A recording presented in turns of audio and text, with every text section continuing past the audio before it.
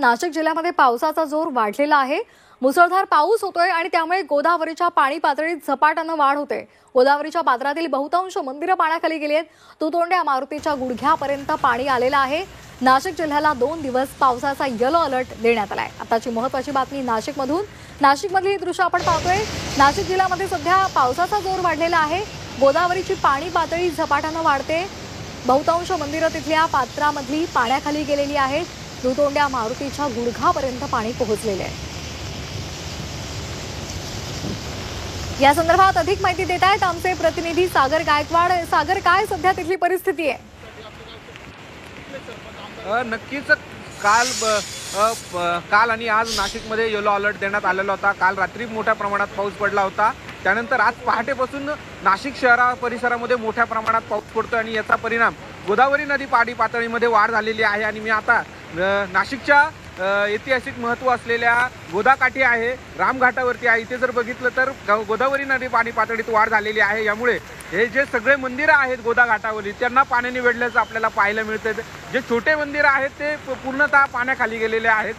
दुतोंड्या, जो पुराचं इंडिकेटर म्हणून ओळखल्या जाणाऱ्या दुतोंड्या मारुतीच्या गुडघ्या एवढं पाणी आहे। खरं तर पहाटेपासूनच नाशिक शहरासह परिसरामध्ये पावसाची रिमझिम सुरू होती। नंतर पहाटेनंतर सकाळी साधारणतः 8 ते 9च्या दरम्यान पाण्याचा जो ओघ आहे तो मोठ्या प्रमाणात वाढला आणि जे शहरातलं जे पाणी आहे ते संपूर्ण गोदाघाट परिसरामध्ये मिसळल्यामुळे या पाणी पातळीमध्ये वाढ झालेली आहे।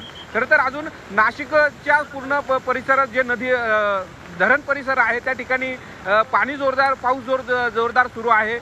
पाण्याची पातळी त्या ठिकाणी वाढत आहे। मात्र 100% अजून त्या ठिकाणी पाणी भरलेलं नाहीये। त्यामुळे तिथून पाणी सोडलेलं नाहीये। धरणातून पाणी सोडलेलं नसताना देखील इथे जर बघितले तर हे संपूर्ण परिसर बघितला तर गोदाघाटा इथला तर हे सगळे मंदिरं जे आहे ते पाण्याखाली जाताना आपल्याला पाहायला मिळत आहेत। पुराचं इंडिकेटर म्हणून ओळख असलेल्या दुतोंड्या मारुतीच्या गुडघ्या एवढं पाणी आलेलं आपल्याला पाहायला मिळतंय। विशेष बात म्हणजे जे नदीकाठचे जे गावं आहेत त्यांना अलर्ट मोडवरती ठेवण्यात आलेले, प्रशासनाकडून देखील त्याबाबत इशारा देखील देण्यात आलेला आहे।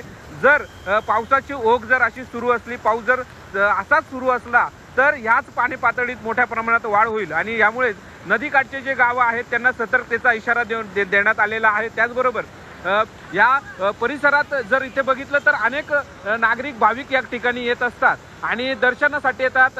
रोजची जी विधी असेल त्या विधीसाठी या ठिकाणी पोहोचत असतात। यांना देखील या ठिकाणावरून काढण्यात आलेला आहे। पोलीस देखील इथे ठेवण्यात आलेले आहेत। जे पर्यटक या ठिकाणी पूर पाहण्यासाठी येत आहेत, पूर सदृश्य सध्या परिस्थिती निर्माण झालेली आहे, त्या ठिकाणाहून इथे पोलिसांचा जे पोलीस आहेत त्यांना इथून काढण्यात येतं। पोलिसांकडून लोकांना काढण्यात येत आहे। पावसाला येलो अलर्ट देण्यात आलेला आहे आणि यामुळेच आता या नदी पात्रात जी आहे त्याची जी ओघ आहे ती मोठ्या प्रमाणात वाढताना आपल्याला पाहायला मिळते। पाऊस असा सुरू राहिला तर याच पाणी पातळीची वाढ मोठ्या प्रमाणात होण्याची शक्यता आहे।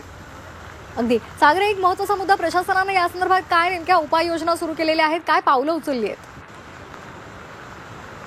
खरं तर आत्ताच पाऊस यायला सुरुवात झालेली आहे।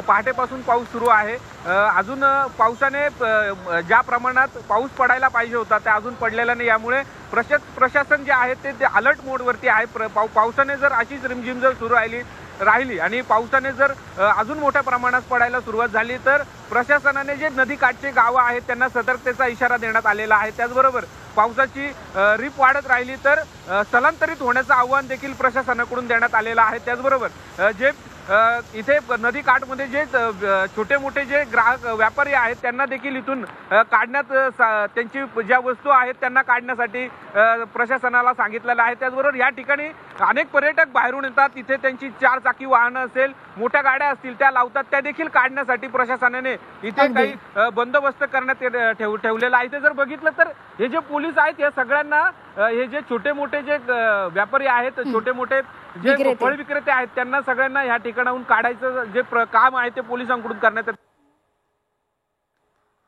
धन्यवाद सागर, आपण दिलेल्या या सविस्तर माहितीसाठी। तर आपण ही नाशिकमधली दृश्य पाहतोय। दुतोंड्या मारुतीच्या गुडघापर्यंत पाणी आलेलं आहे। पाणी पातळीत गोदेच्या वाढ झाल्यामुळे पूर सदृश परिस्थिती या ठिकाणी निर्माण झाली आहे।